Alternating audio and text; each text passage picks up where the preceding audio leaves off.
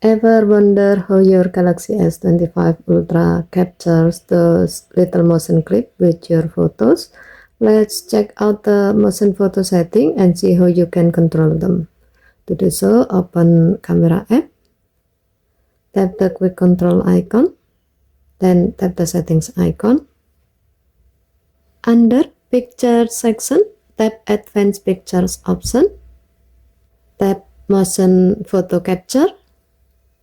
Here you will see two options, before and after shutter.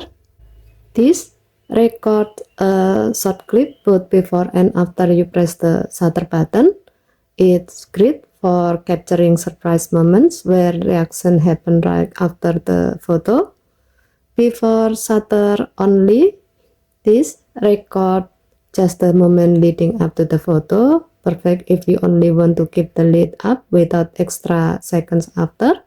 For example, if you are taking a group picture where people might laugh or make funny faces right after the shot, using before and after shutter helps you capture the whole vibe. Once you have chosen your option, it's applied right away.